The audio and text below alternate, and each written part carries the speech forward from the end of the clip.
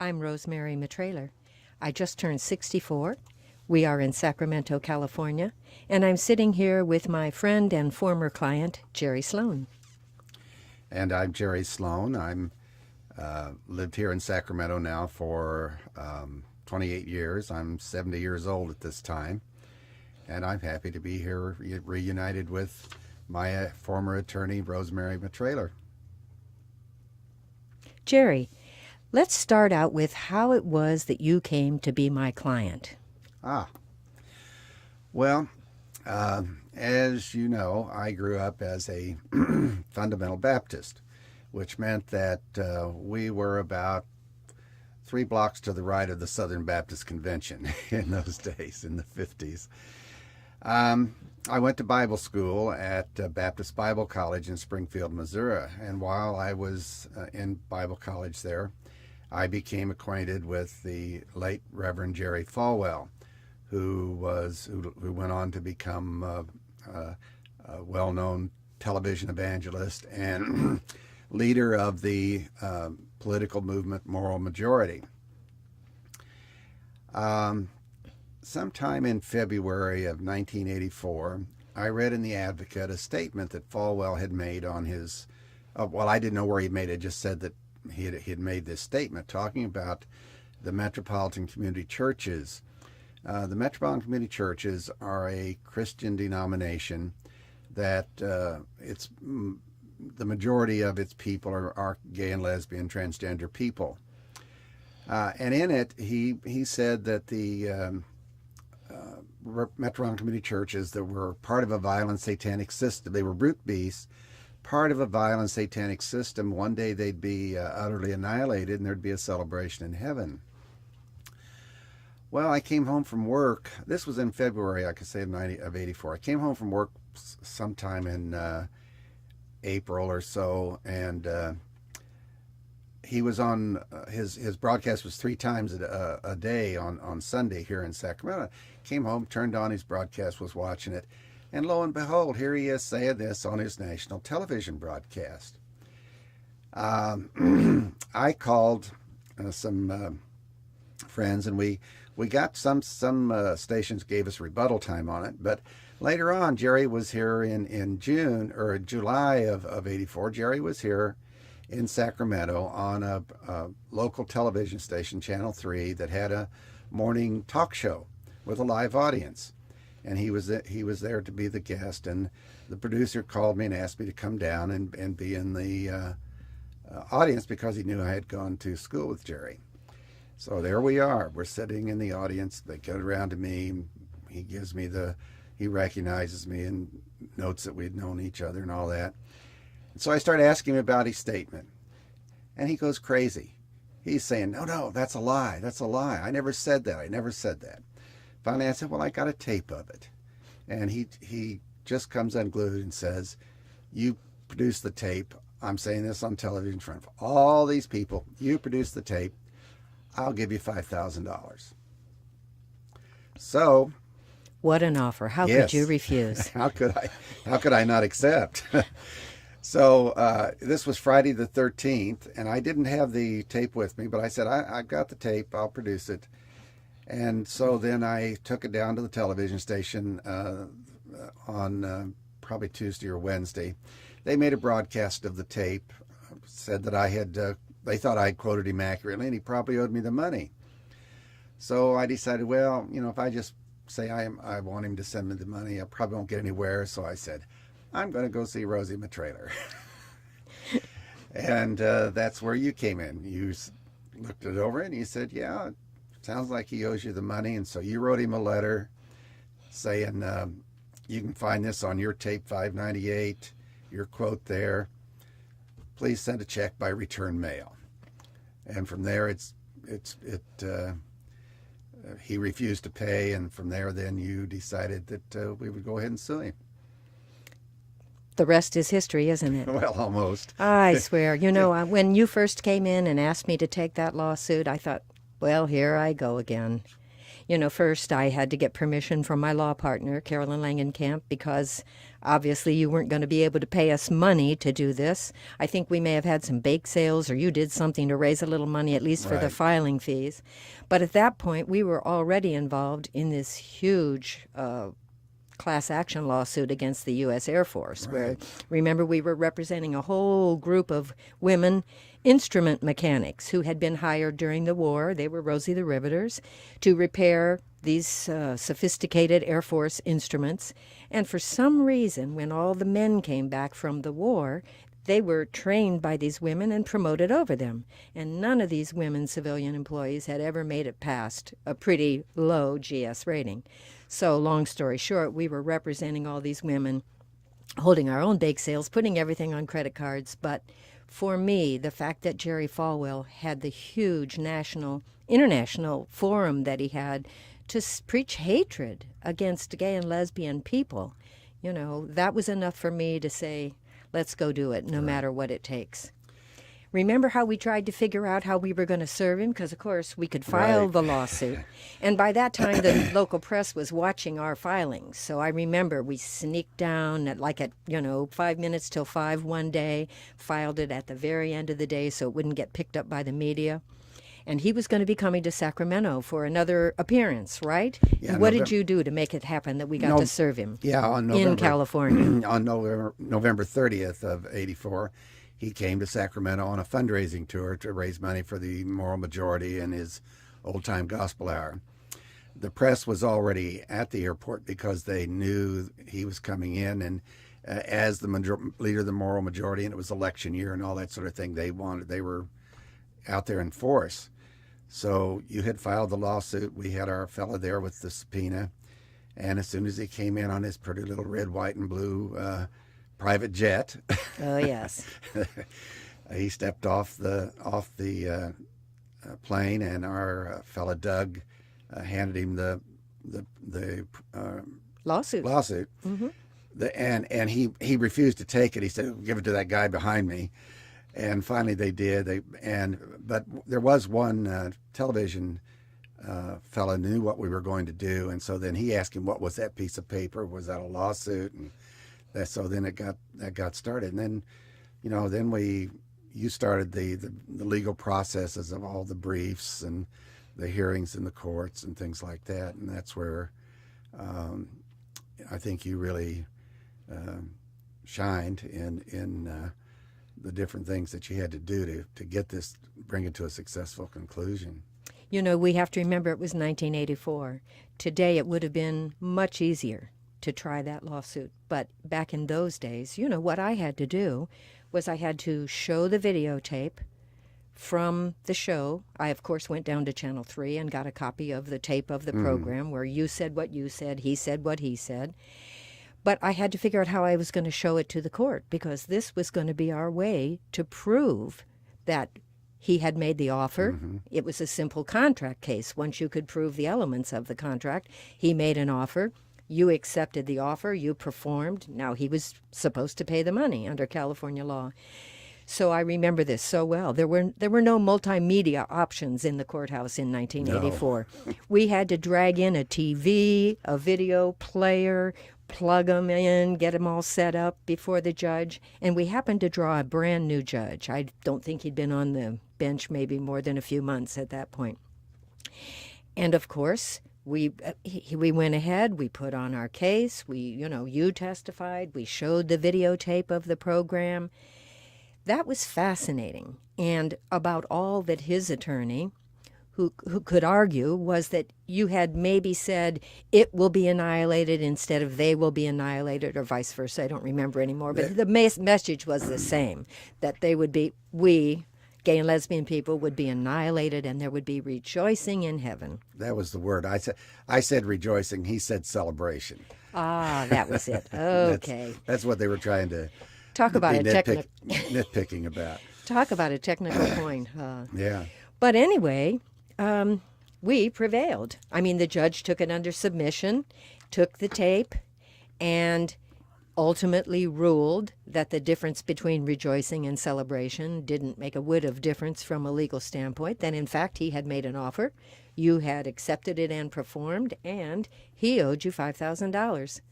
And then the real fun began, didn't it? That was it. Yeah. The appeal. It was the strangest thing. I have to say, I was really blindsided by it. I had no idea what he would come back with. Remember, he had an attorney that I believe was a pretty right-wing kind of a guy. Yes. He used to come to our office in, I think it was a Lamborghini, and open up the big sides of it and come in and throw papers at the front desk. You know, he was very dramatic. He's in prison now for bankruptcy fraud. He was stealing money from clients, as I recall. Well, he was advising his bankrupt clients to hide their assets. That's right. That's what it was. He was hiding assets. But in any event, he was the moral majority's representative, right? Yes. And so what did he do? He said that in the course of my argument, you may recall there had been a case involving the Auschwitz horrors and a case down in Los Angeles where they had proved that, in fact, the Holocaust did happen, Auschwitz did happen. Well, these people were Holocaust deniers, and they made an offer of $50,000 to anybody that could prove the Holocaust occurred. So a man took them up on it, proved it occurred. They didn't pay. He sued him. Right. And I happened to mention that case just in the course of my argument. Right. Little did I realize that this brand new judge that we were sitting in front of was Jewish.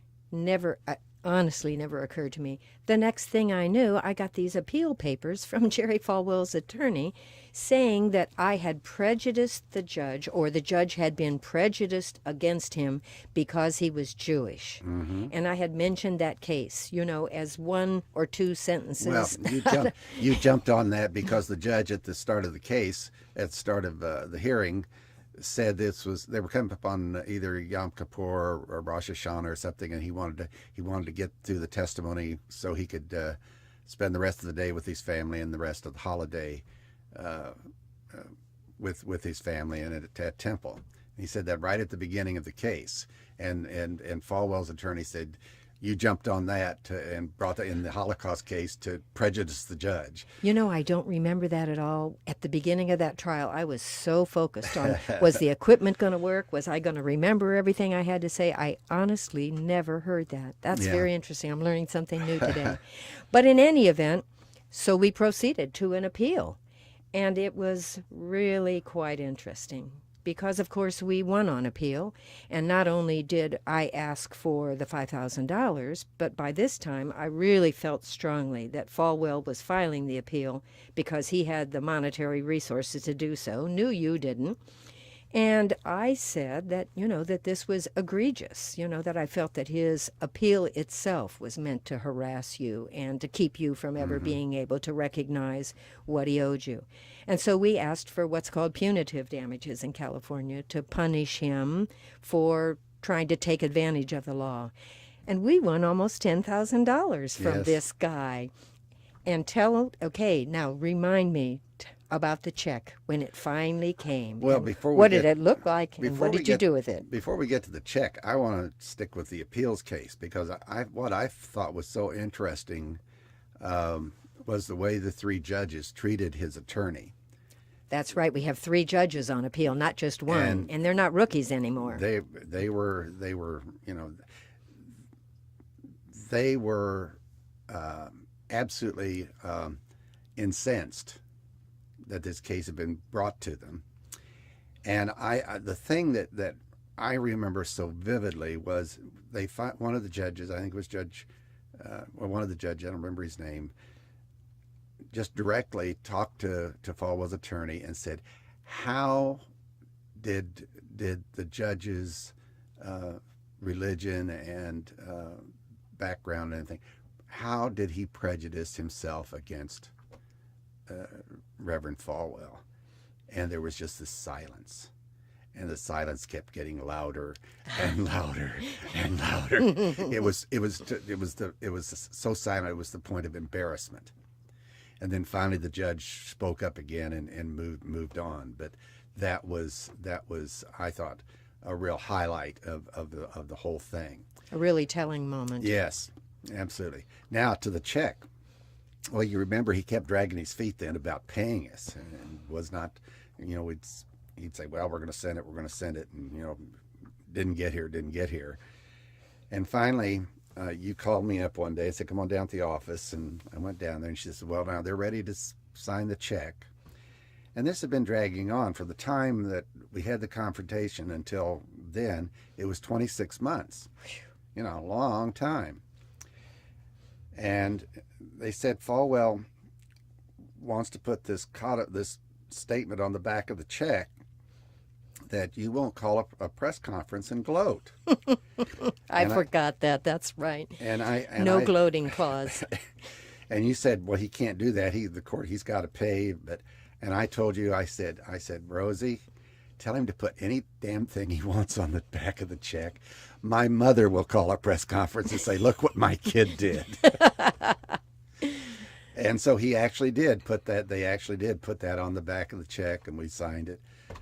Anytime the press contacted me, they said we called him. He didn't call us. And of course, it was still very big news. I had people contact me saying we were in Europe. We heard about this over European radio or television. I had somebody else tell me they were down in Australia. They heard about it in Australia. So this went worldwide. It wasn't, it was a newsworthy event, so to speak. Just as his hateful speech had gone worldwide. Yes. And so I took the check and went down to a photocopy place and had a 3 feet by 18-inch blow up made of it. I remember that. I love that. You still have it somewhere, I'm sure. Yeah, I got it at home. And then of course you went ahead and cashed the original. And we have pictures of you and me with standing in front of holding the blow up of the check, which actually came from the moral majority. And that's always been a really great keepsake. Wasn't that interesting that the moral majority paid his fees? For something that he said on the Old Time Gospel Hour. Yes. I mean, it was really the Old Time Gospel Hour that owed the money, but moral majority wound up paying it.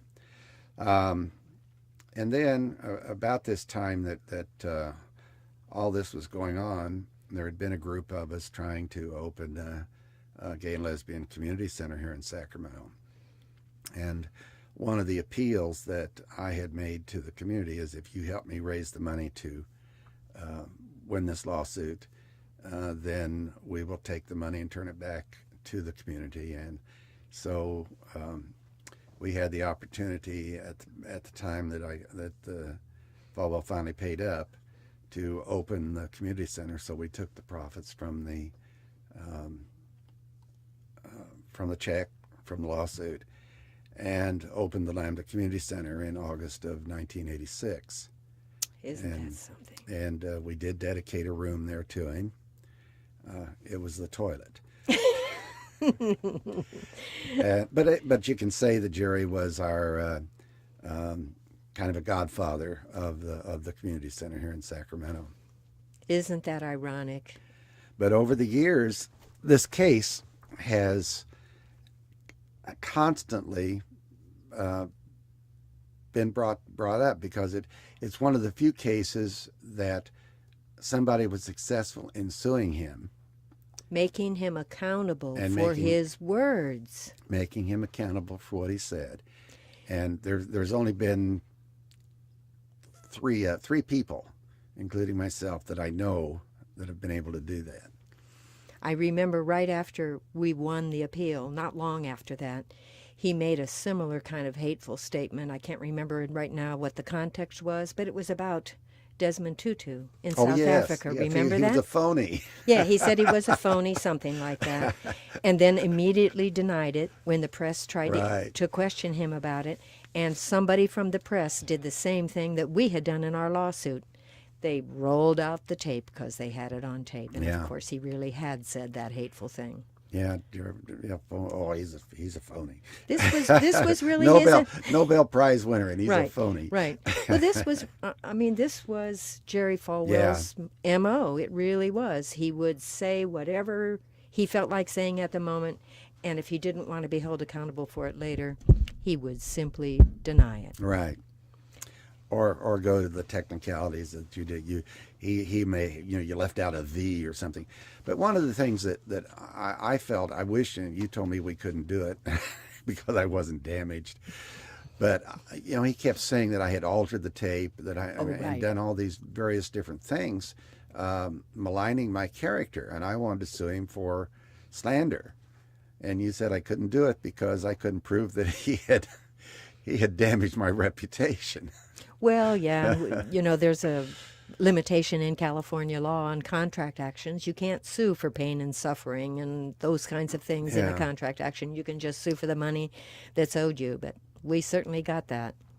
And the Lambda Center thrives to this day. It's had its ups and downs, but it seems to be on pretty solid ground right now, and got a lot of good programs going. They've got started a program in conjunction with Sacramento State University on a counseling program where they have interns and others come in and counsel people who are looking for help in mental health fields and things like that.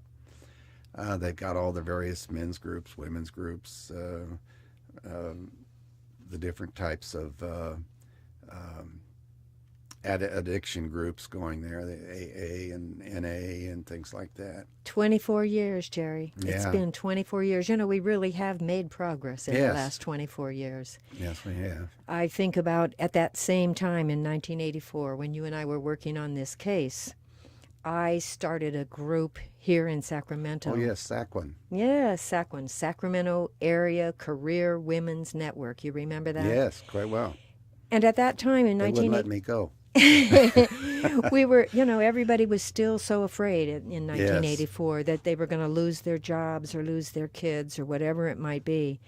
And as we were an all-woman firm, we were the second only all-woman firm here in Sacramento, and we were the largest. And, we were out to save the world and so forth. So I kept meeting these lesbian professionals through my work. Right. Doctors, lawyers, chiropractors, insurance people, realtors, etc. And they kept calling me for a referral to this or that or the other kind of a person because they knew I had a lot of contacts. And so I started that group really as a brown bag lunch event at our law office. And it grew from October of 1984 to, through the years we had, I think probably 400 or 500 members that came eventually. And we had networking events and educational events and fun events where you didn't have to go to a bar or you didn't have to be afraid that you were going to meet somebody who was going to try to take your job.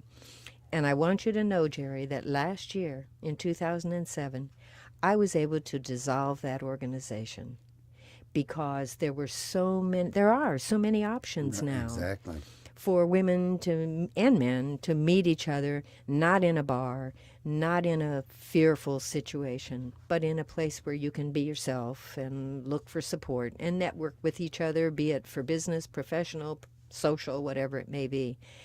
And I think about that. We have come a long way in 24 years. Well, it is. And you look at the gay papers here in Sacramento, and they're full of ads from women, the professional women that you're talking about, the realtors and the doctors and the other attorneys and so on, and there are just tons of those women advertising now that, as you say, when you started SACWIN, would never have dreamed of doing anything like that. And they're prominent then in other organizations like the realtors organizations and the Gay Chamber of Commerce, that type of thing. One of the things that I've been proud of the center, of what it's accomplished, is through the youth group, that they've helped so many young people come out. When we started the youth group in 1987, February of 87, there was no place for high school kids to meet one another, to express themselves in any way, shape, or form. And now here we have in area high schools, we've got, I think, close to 20 gay straight student alliances. That is so good. And, just hundreds and hundreds of kids. These kids are popping out of the closet now at 13. Yeah, and it's not and like... their parents are driving them to the Lambda Center. And at least now they have a place to find out that they're not oddballs, that Right. they're not horrible people, that there are others like them. And if that's the lifestyle that they need to follow, then they at least are going to have support and Yeah. not feel like they're sickos, which is certainly what was happening. Well, there's been such a turnaround in the schools too, because the schools are having their diversity weeks now, and they have the day of silence, and it makes a big difference in those kids' lives that they do have that support. You better believe it. And they don't have to, I mean, prior to this, I mean, unfortunately still happening, the suicide rate among gay youth is higher than among Still, any right. group of young people. A friend of mine, Pam Walton, did a film a number of years ago Oh, yeah. called Gay Youth Yes. that really explored that issue. And it's still a problem today, but at least there are more resources and more information. Yeah, we don't have to have tragedies like what happened down in Southern California a few weeks ago, where a young boy, a 14-year-old, was murdered right in the classroom by another classmate. And we still have this violence against gay people that's happening all over the country. But all in all, we've still made the progress, and it's come through the fights that both legally and otherwise on the streets and so on that people like you and me have done Right. over the years, laying the groundwork so that people are safer. And the Lambda Center is there. If somebody is new to Right. town or new to trying to figure out who they are, they can find it in the phone book. You know, they can go to the Lambda Center and at least get information, Right. if not connections. And your Sacquin, I'm thinking of some of the Sacquin things that some of the events that you used to do with Sacquin. I remember you had big dances, Right? where you'd have 300 and 400 women sometimes at these Absolutely. dances that were just Again, at a private place Yeah. where it didn't have to be alcohol related, you know, and where people felt comfortable just to be themselves. Oh, those were a lot of work to put on, but they certainly were a lot of fun. Yeah, and now you got now people can go to places like the Lambda Players. The Gay and Lesbian Sierra Club, Yeah. people, you know, there are now, what do you say, subgroups Oh yeah, of all the other groups that people are Right. interested in. and we got restaurants, gay restaurants now that are relatively nice to go to, like Headhunters and other venues that couples can go to that they couldn't go to 20 years ago. And the Lambda Center, I'm sure, is networked in with other traditional organizations like the Chamber of Commerce and so forth. I'm sure they all know about each other, probably pass out pamphlets and so forth. I guess I have maintained a little distance because you got people with new ideas and so on, and so you move on from those. You can't possess it all your life. That's what I'm trying to say. Absolutely. Hey, I moved on and went back to the woods. I'm up in Nevada County Yes. now, living in the middle of nowhere and Well, you're not up doing litigation anymore, thank goodness. But you're up there with all those artistes. Absolutely. Nevada County is a really enjoyable place to live.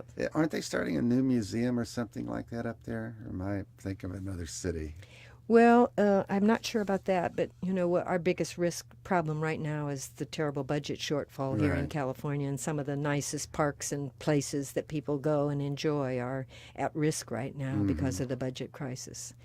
I hope that isn't going to affect all the services that we tried to help start many years ago, but I'm sure everybody's going to be impacted by it. Well, I think here in California, as far for the gay and lesbian community, the big fight is coming up in this November of 2008. It will be the initiatives that will try to forbid same-sex marriage, providing we get some supportive rulings from the state Supreme Court on the cases that are making their way through the court right now. Can you believe that people are still dredging up these old, tired things that are so hateful to other people? I mean, I just don't get it, you know? When we have homeless people, people that can't afford health care, people that can't get to school, you know, people Right. who are losing their homes. And when you lose your home, that's about as personal as it can get. And yet these people spend their time and energy and money trying to make sure that gay and lesbian people can't even have unions. I mean, you know, can't even have Right. domestic partnerships, much less get married. What is, I don't get it. I just don't. I don't get that kind of hatred. You know, we're all supposed to, well, you know, whether you were raised Christian or Jewish or Muslim or, Right. you know, with no faith at all, it seems to me common humanity dictates that you be kind to one another and let other people be unless they're hurting you in some way or hurting somebody else in some way. How does it hurt these people to let gay and lesbian people who love each other have some kind of legal protection through domestic partnership? Well, it doesn't, and it's it's that so-called gay agenda that you and I have worked on for so long. Oh, right. Just to be left alone to be able to do what we want to do. I mean, without offending anybody else, right? Well, the thing that gets me about the marriage cases is that California law until 1977 did not specify gender. Sure. That it just said you had to be of age and two people. It did limit the number of people you could marry, but there was no gender attached to the law, and as a result of that, there were ministers and others who were performing ceremonies, and there were county recorders issuing and accepting licenses. And when that news got to reach certain members of the state legislature at the time, they went to work and amended the marriage laws, and that passed without much problem. And the laws were then amended, but they did it with animus. Yes. Everybody at the time, everybody in the legislature at the time knew what they were doing, that they were doing this to keep gay people from getting married. I've always wondered, what is it that they're really afraid of? I mean, people like Falwell, like Doolittle, you know, the politicians you're Yes. talking about here locally.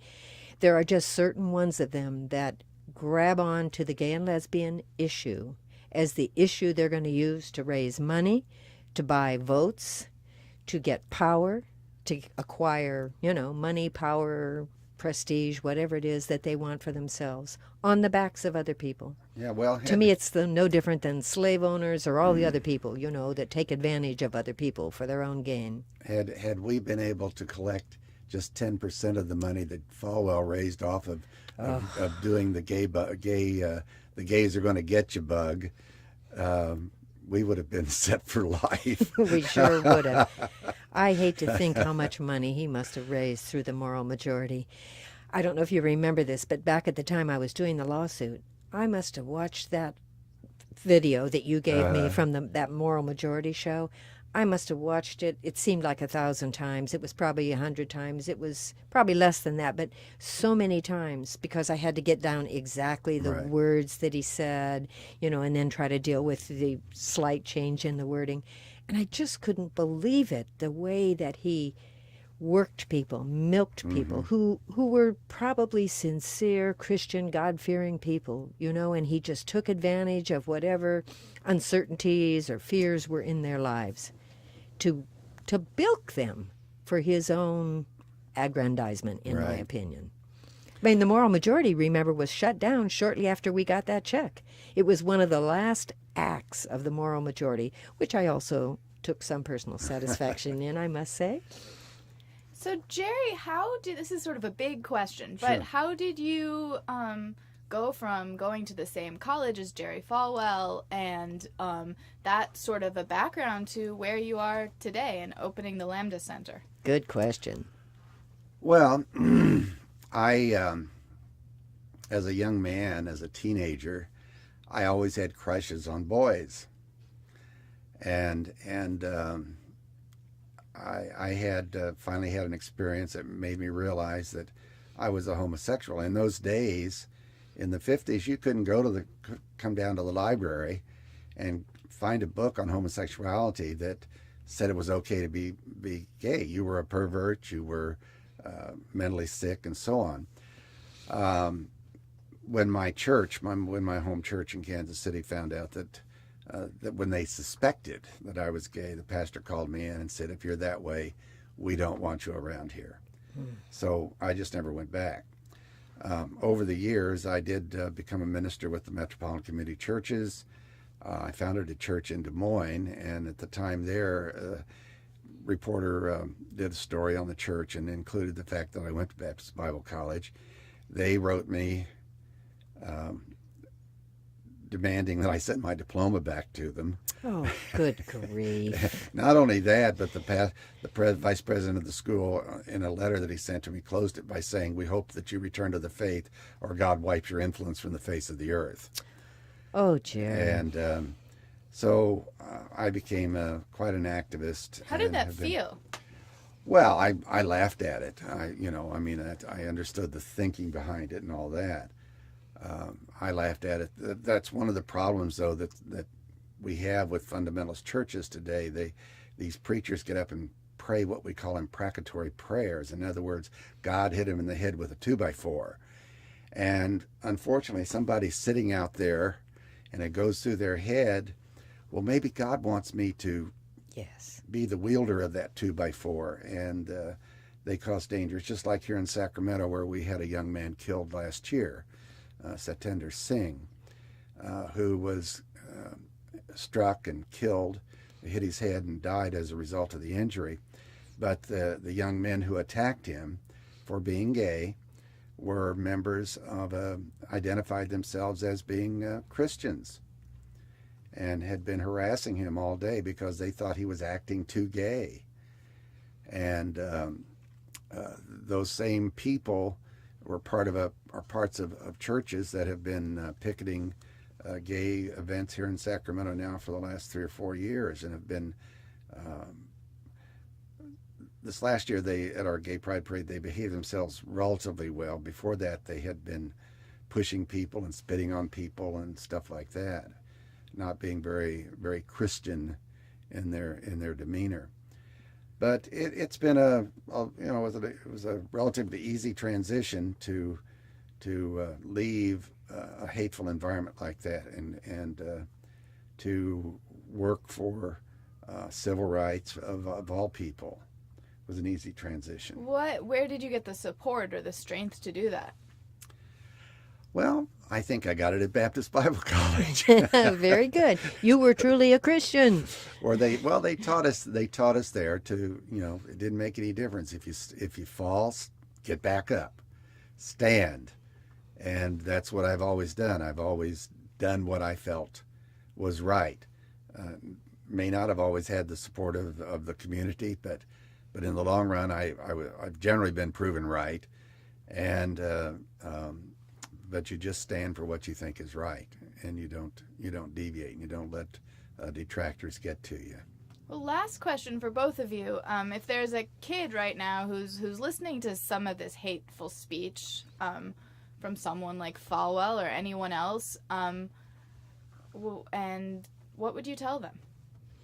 Boy, I would tell them to be true to who they are, to try to forgive and avoid confrontation with those people that actively show hatred toward them, and to find a supportive relative and a supportive friend somewhere out there that they can be honest with and vent those feelings. Because I usually feel that when people express hate, it's from some lack or some hole in their soul, in their own soul, and so you've got to try to just take them where they're at and be true to who you are and know that you're okay.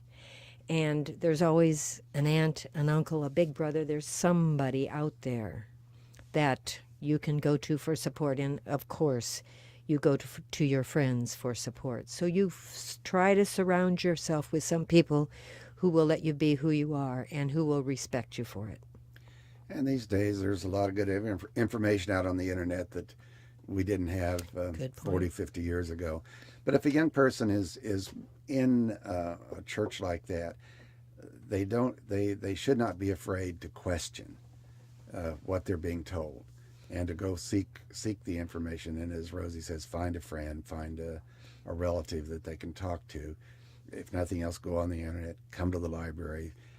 The information's out there, and they need to not just be timid, and they need to assert themselves and to say, "This is me." And there's probably a Lambda Center. And I'm not a bad person. Excuse me, I was going to say there's probably a Lambda Center or something like that in their community, or a gay and lesbian organization at one of their local high schools. Yeah, these days that's the thing. They're community centers have filtered down to where small areas, small towns are having some kind of a community center, or as you say, there are small organizations of just social groups that they can get together. And another thing I just thought of, we should talk about PFLAG. Parents and Friends of Lesbians and Gays has become an international organization, right. And just about every community has a group like that. And it is made up of parents who have kids who are gay, and friends, and so forth. And so that's a really good support group to find resources if you're a young person.